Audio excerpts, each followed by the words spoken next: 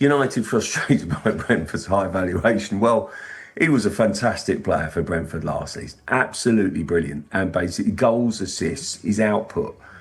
The notion that somehow Brentford will roll over and give him a cheap price. Well, if they don't like the price, you know what they can do. They can walk away from it. That's what they can do. They don't have to pay it because Brentford don't absolutely have to sell. Brentford, extremely well-run club. They're in no absolute emergency state that they have to sell. I think they're expecting to sell him, but and probably expecting someone to come in with a fair price. And I think actually, because in there they're sort of saying 55 million.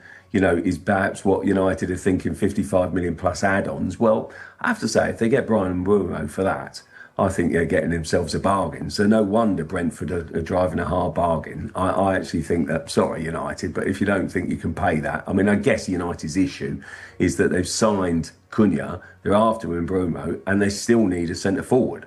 So bearing in mind they've got kind of PSR juggling to do and they need a lot of outgoings to manage as well. I think they will have to manage their finances very carefully, and that's more the point, isn't it? It's not about Brentford driving a hard bargain. It's about United needing to do their sums, and that's why the sticking point is. So decent story, and if indeed the deal is stalled, then that's a worry for United. But I have to say, there's no reason why Brentford would lower their price just to hand him to United. Absolutely no chance. Yeah, and Charlie, I guess there's always that Man United tax, isn't there? They've got a history, recent history suggests they tend to pay over the odds for these players. They are, if not desperate, then they really do need some changes in those forward positions. Brentford know that, but it's a fair point about the outgoings. What comes first? Do they get Mbeumo and then offload?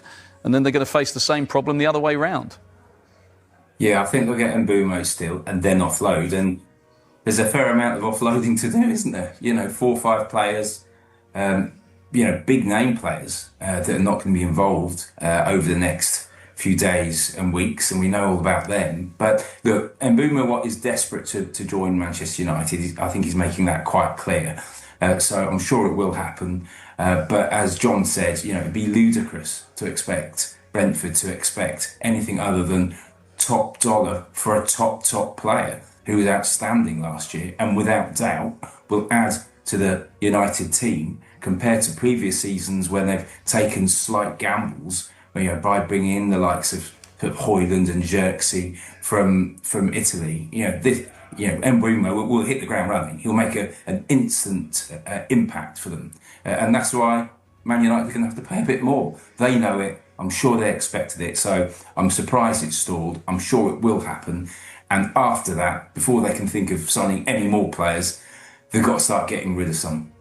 Yeah, and Crossy, I mean, Charlie makes a fair point about the Mbeumo coming from the Premier League, being proven in the league. Another man who is very much proven in the league is Matheus Cunha, and the back of the sun. Cunha starts for United. Nice picture of him carrying his boots into the training ground and everything. He'll want to hit the ground running, but he is a proven Premier League player, unlike some of those signings that Charlie just mentioned.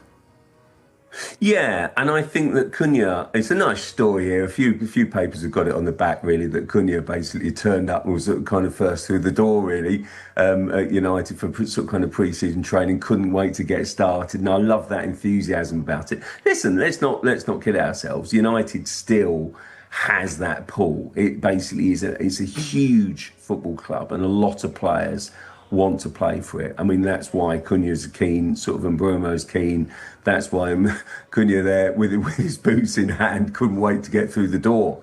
And they've sold the vision there. They've sold the dream of the club, basically, and he could be part of it to revolutionise the club. And I do think that there is something about signing just players that, are proven and Premier League ready, if you like.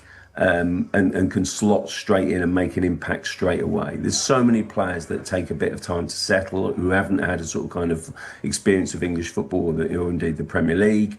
And I do think that United are clearly angling for players that do have Premier League experience to bring, particularly to their forward line.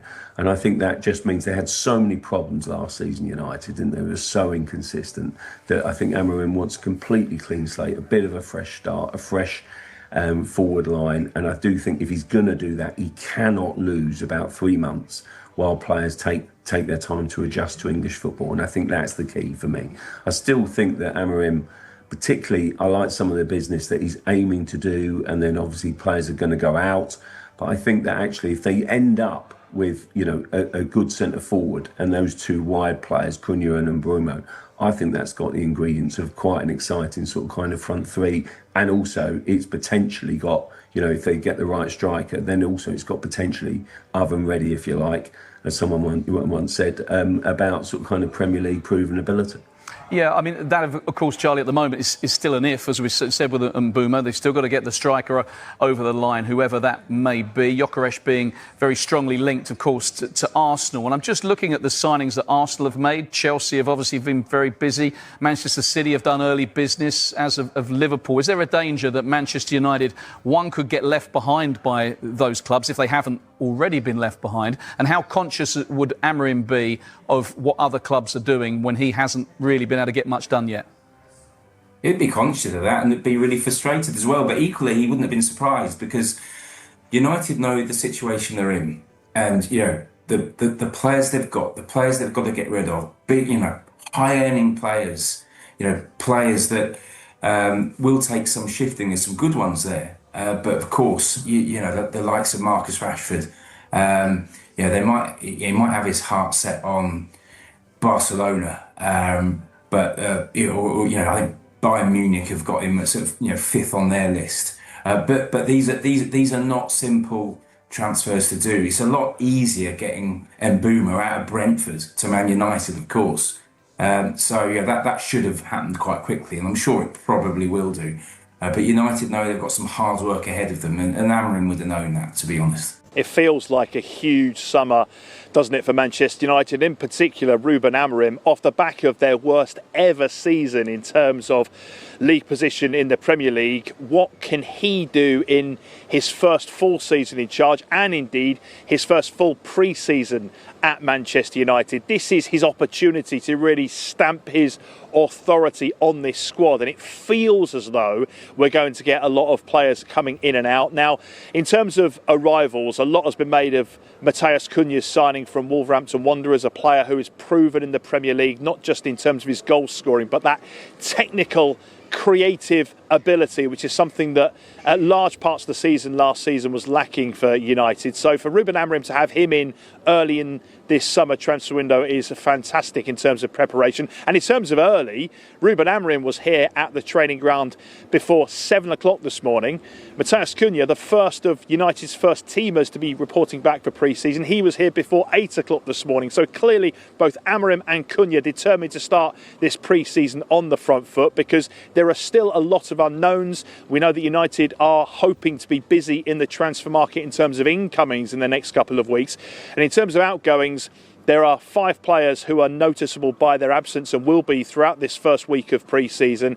Not least Marcus Rashford, who has seen his number 10 squad number given to Matheus Cunha. He's been told essentially to stay away from the training ground for now and go and try and find yourself a move this summer. Likewise, Anthony, Alejandro Garnacho, Jadon Sancho and Tyrell Malacia, those 5 players not expected back with the rest of their United teammates this week as they try and seal moves away. And certainly the United squad could look very different by the time they got on the plane to travel to Sweden for the first game of pre-season in Stockholm against Leeds in a couple of weeks' time. Manchester United's pursuit of Bryan Mbeumo has reportedly hit an impasse, with Brentford remaining firm over their valuation of the in-demand forward.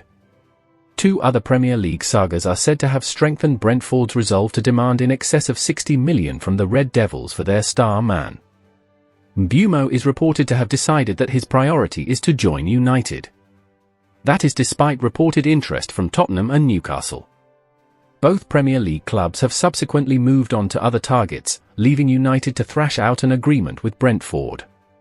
However, 2 offers have been rejected and talks have reportedly stalled. United's latest offer is understood to have been worth £55 million plus £7.5 million in add-ons. Brentford rejected that proposal over a week ago, and there has been no further bid since.